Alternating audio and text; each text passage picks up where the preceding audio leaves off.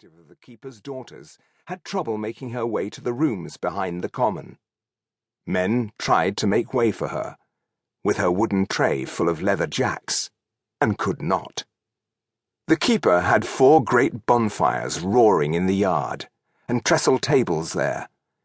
He was serving ale in his cavernous stone barn, but everyone wanted to be in the inn itself, and the cold snap that froze the water in the puddles and drove the beasts of the drove to huddle close in the great pens and folds on the ings above the inn was also forcing the greatest rush of customers he'd ever experienced to pack his common room so tightly that he was afraid men would die, or worse, buy no ale. The keeper turned to the young man who stood with him on the staff side of the bar. The young man had dark hair and green eyes and wore red. He was watching the common room with the satisfaction that an angel might show for the good works of the pious. "Your blighted company, and the drove at the same time? Couldn't you have come a week apart? There won't be enough forage for you in the hills."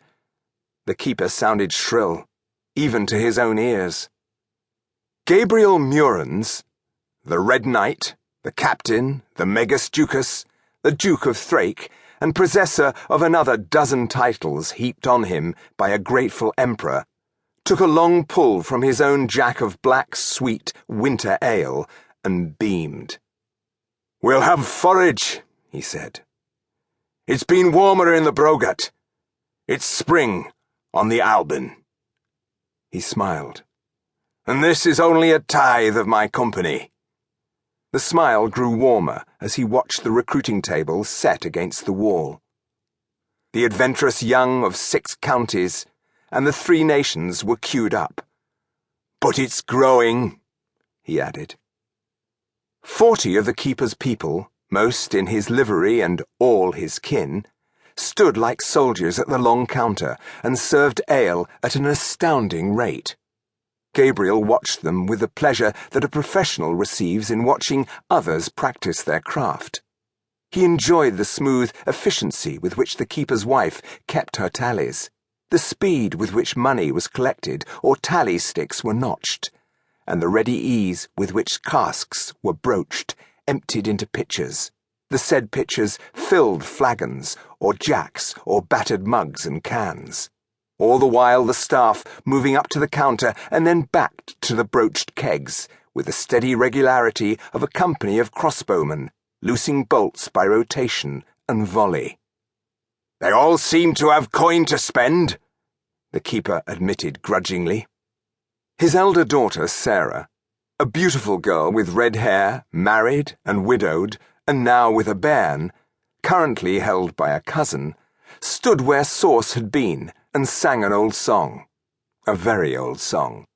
It had no chorus, and the hillman began to make sounds, like a low polyphonic hum, to accompany her singing. When one of the Moraean musicians began to pluck the tune on his mandolin, a rough hand closed on his shoulder, and he ceased. The keeper watched his daughter for long enough that his wife stopped taking money and looked at him. But then he shrugged. "They have money, as I say. You had some adventures out east, I hear." The Red Knight settled his shoulder comfortably into the corner between a low shelf and a heavy oak cupboard behind the bar. "We did," he said. The keeper met his eye. "I've heard all the news, and none of it makes much sense. Tell me, if you'd be so kind." Gabriel paused to finish his ale and looked at the bottom of his silver cup.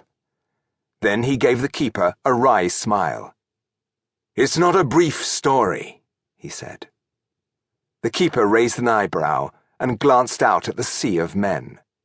Sir Alcaeus was being called for by the crowd, and his name was chanted. "I couldn't leave you even if I wanted," the keeper said. "They'd lynch me." Gabriel shrugged. "So, where do you want me to begin?" Sarah, flushed from the effort of singing, came under the bar and took her baby back from her cousin. She grinned at the Red Knight. "You're going to tell a story?" she said.